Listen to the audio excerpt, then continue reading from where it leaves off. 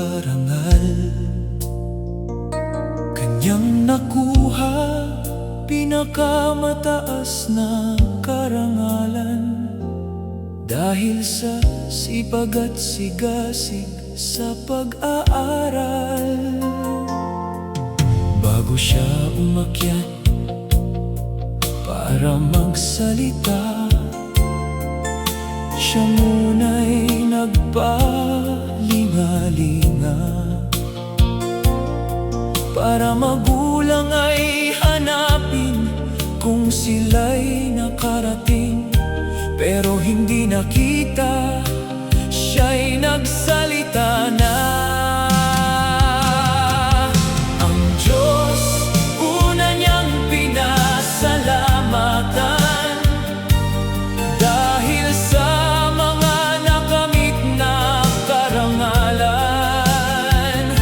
Pinasalamatan din ang kanyang mga magulang, dahil sa pag-aaral niya ay iginapang.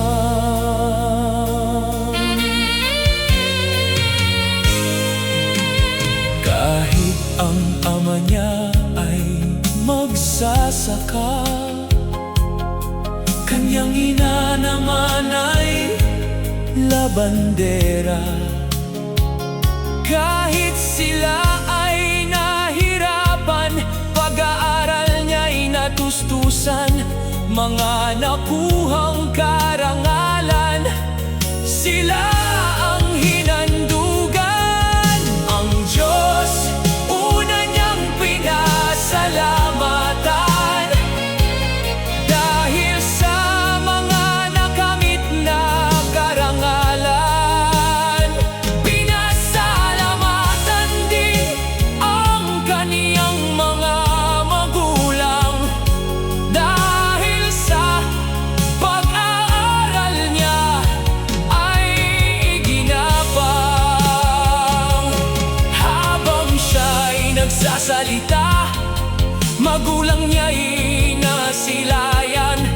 Ayaw pumasok dahil sa pangit na mga kasuotan. Nagulat ang lahat, patakbo niyang tinungo ang pintuan. Umiiyak niyang kinuha ang kamay ng kanyang magulang.